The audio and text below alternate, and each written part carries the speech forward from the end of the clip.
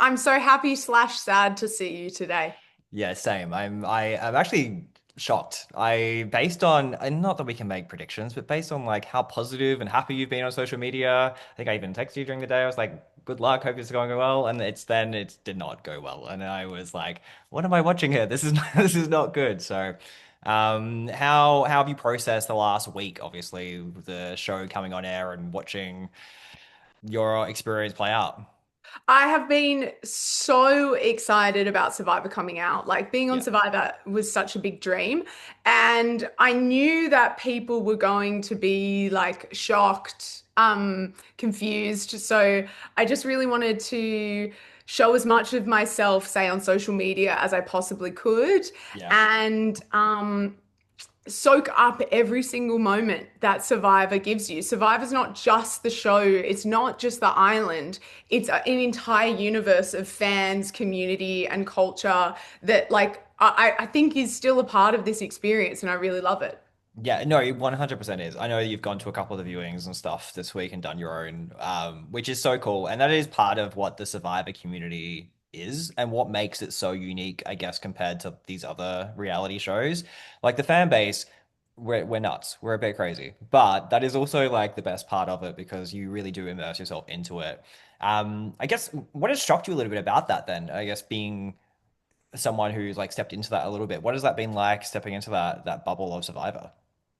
Well, I feel like I was already in the bubble of Survivor. Good. I was already like a huge super fan. Survivor means the world to me. So being able to actually reach into my own television and like jump through with the returnee players that were playing was an absolute like pinch me moment. The community has been so beautiful and kind. I haven't like uh, my Instagram, my phone overnight since my eviction aired, you would think that a great tragedy has befallen this country. Everyone has been so upset, so kind to me, and I really just appreciate all the love. I think a lot of people felt a little bit like Jackson in the moment, though. We were all a little bit blindsided, and you stood up and were like, "Oh, I got blindsided. That's a good thing, I guess." But heading even through the day, like, where was your head at in terms of where you thought the numbers were going to go, and what were you trying to do to make sure that wasn't on you? Yeah, well, that challenge was so tight. Hey, like it was Yeah, just really it really was that close of like one barrel, one coconut. I already knew that I was playing what I called the top of the bottom.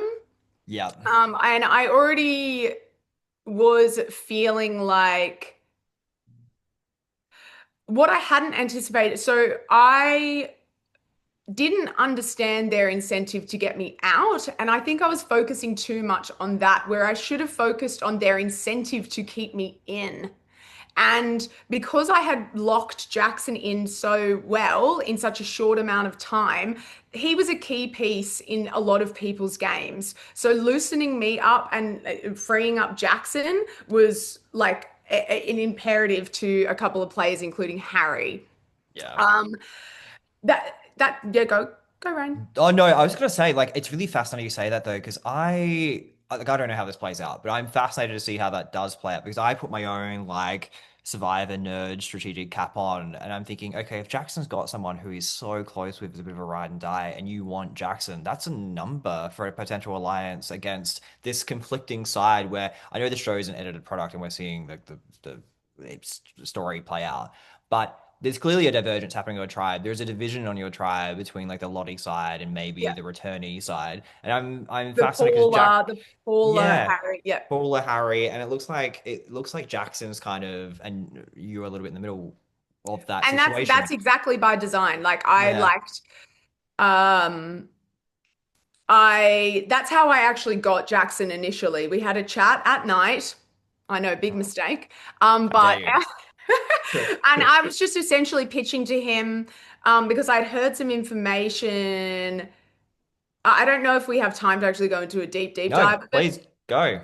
Well, essentially, a few days before, Paula had said to Jackson in front of me, they were like, "Eliza, we really like you," and I was like, "Thanks so much, guys." They were like, Paula said to Jackson, and like, you know what? I really like our secret four together. And I was like, right in front of me. And I was like, okay, good. I'm not a part of this secret four, which I had already worked out. The secret four was Paula, Lyndall, Harry, and Jackson, which I knew wasn't a real alliance because Yeah. Paula had been throwing out Lyndall's name all day, like, and Lyndall was definitely on the bottom.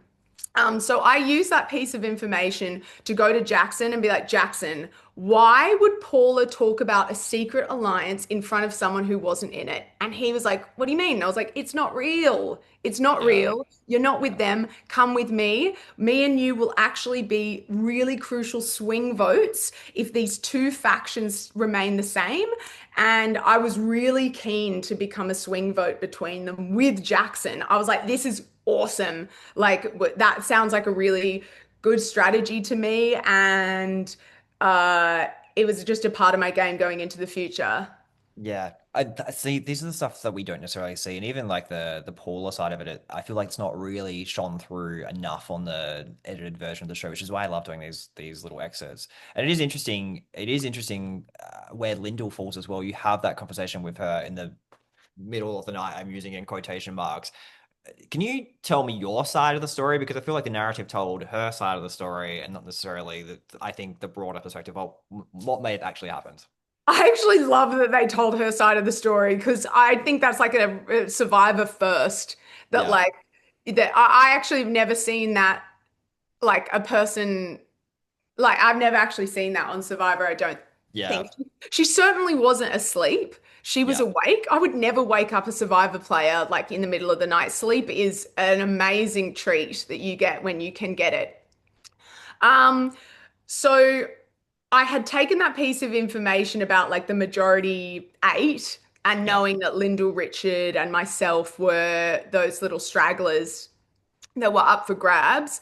Yeah.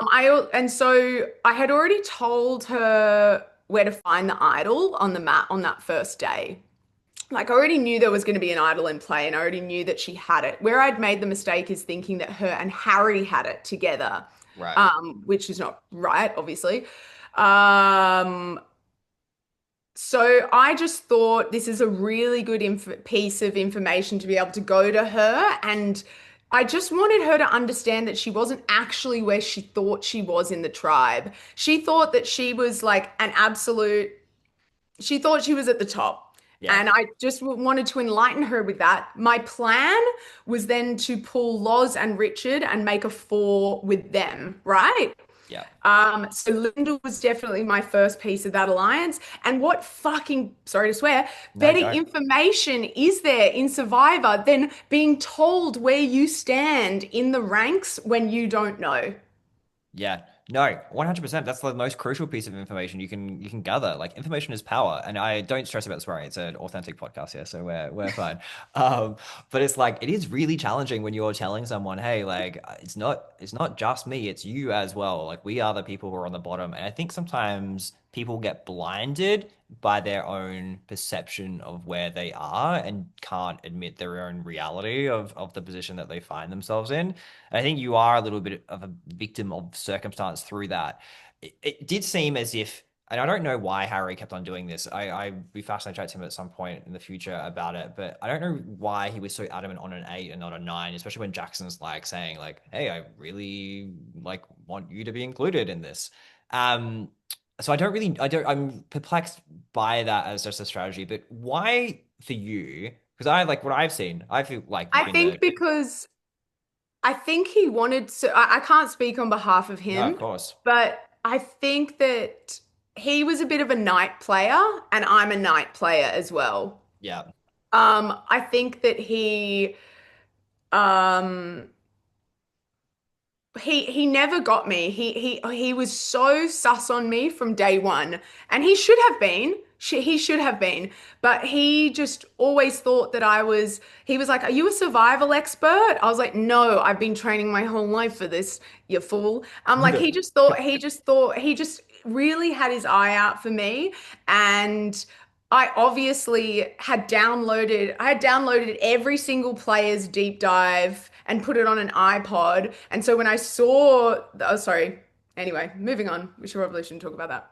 No, no, don't stress. No, I will cut stuff if you want to. I'm very open to chatting to you in the future at any point if you Yeah, ever want to go anytime, deep. Yeah, anytime. yeah, no, that's so fun. And it's fascinating because like when you have these returning players, when you see them, what's your perception of having like Harry and Simon specifically? Like you've mentioned you're a big fan of the show. Like when you've got Yeah, those two on there, what are you feeling? What kind of vibes do you get from them and what do not you good. take from the experience? Yeah, great. Well, Ryan, I already knew like what kind of a player Simon was going to be.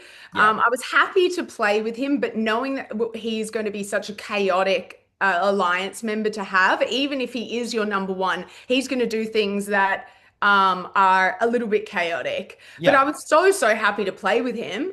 And Harry, I his redemption arc, hearing like the press, was about him wanting to actually ride or die with people, which I don't think he was able to successfully do with me. Like, I was Yeah. definitely open to working with him, but knowing as a fan that this is an operator who will always cut you, and I was interested in playing a very loyal game in that early stage, and like you cannot get to the end if you believe that you are going to cut someone. I think it is the spirituality and the poetry of Survivor. You have to leap and you have to love and you have to be loyal to someone at Yeah. some point. And so I just knew that Harry wasn't ever, well, just to in his words, wasn't ever going to play that game.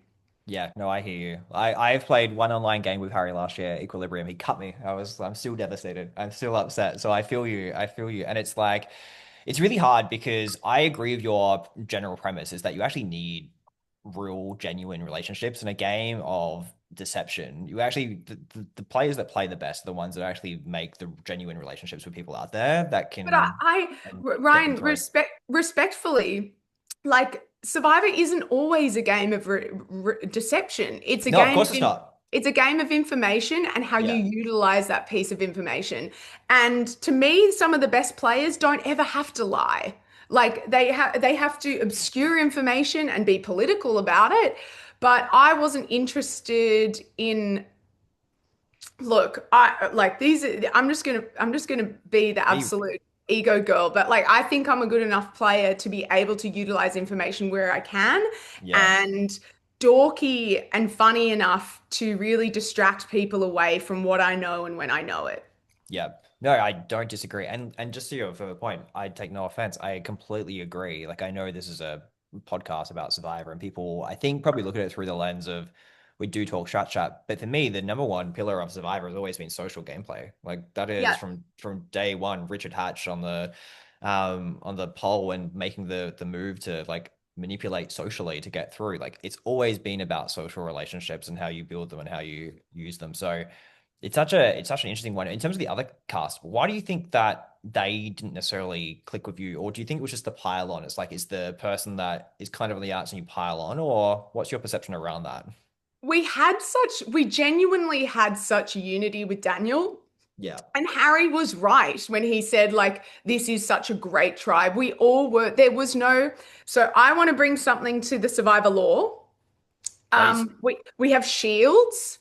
Hmm. I want to bring in the law of a lightning rod, right? There's a Yep. shield and there's a lightning rod. I would say that like Don on the other tribe was a lightning rod. It's a player that sucks up a lot of attention and information, and you're able to like use them as a distraction or like they're a big character that rubs people the wrong way. Our Yeah. tribe did not have a lightning rod, and I was like, oh no, we are so screwed. Like, you Yeah. anticipate going into a game of Survivor, you're going to have one or two little lightning rods that sort of slip on banana peels early and they crash out. Yeah. It wasn't transpiring like that. We had such great unity with Daniel that everyone was just keen on that, especially Harry, who was very nervous at that time, and so was Simon. They were not interested in the lights turning on them. Yeah. Um, Also, Ryan, probably another like very unfortunate but crucial to my game piece of information is that I was quite unwell. So for that scramble, I was in Oh. medical. But what I should have done, my unforced error, was in tribal when there was a scramble. the survivor gods pulled me and say you need to go and see medical. What I should have done is went, everyone, I'm going to medical, because like they thought that maybe I was looking for idols or I had found an idol. And so Yeah. during that crucial time, that's why you see me on camera going, that doesn't make sense. That doesn't make, why are you, Jackson, on the table? Why is Loz on the table? Let's keep it that way. And it was just my scramble was sort of coming in way too late and not able to fight for myself. And because I was so unwell, I'm not going to lie to you, that sweet, sweet nectar of relief to go, we've got a name. And you go, Yeah. okay, let's stick with it. I don't see an incentive of getting me out. If you get the sick girl out, like, why would you get the sick girl out? She's perfect. Keep in my game, you keep in the sick girl. Like, you keep in, like, it. Yeah, So, I agree. No, no, yeah. I completely agree. Look, I super appreciate you talking about this. I am conscious of the network gods as well, so I do have to let you go in a second. But please open invite to chat at any point because I feel like there's so much to talk about, and I agree with you. It's such an interesting one. I'm thinking even there, like there is actually a rule, a 24-hour rule about being in medics, and then you can potentially avoid tribal councils, which has got historical precedence as well. I'd love to talk to you about that at some point as well. But it is fascinating. It is fascinating that that's where you were at and where the numbers fell. I like to end these chats always by talking about the concept of gratitude.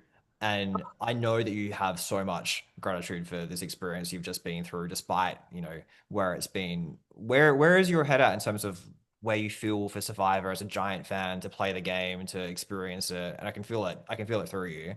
Yeah, it was Like where are you at? amazing. It was Yeah. amazing, Ryan. Like, it was so good. And like, I just feel like I have such unfinished business, and like I just can't wait to like I'm really emotional because I'm so like happy about how it's all been and Yeah. how welcoming everyone has been, and like it's such a beautiful game. Like it's such an amazing game, and like I really owe a lot of what's good about my life to that game.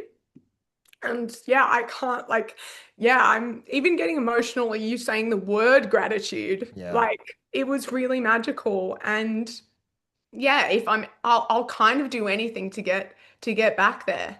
It's magical. It's really Yeah. amazing.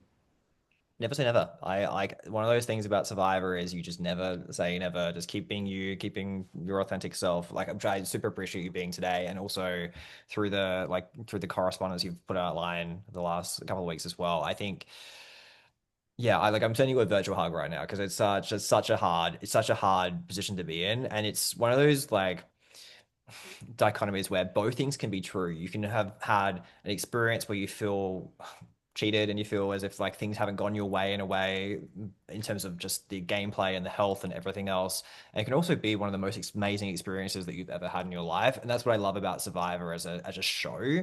It's like it's more than the product we see for 90 minutes on a Tuesday night. It really Yeah. is the experience you have out there, which isn't always told. It's the journey through, it's the relationships that you build that will be there for life now. You're a part of that Survivor fam. Like that's a But huge also the thing. community. Sorry to Yeah, interrupt. Like please.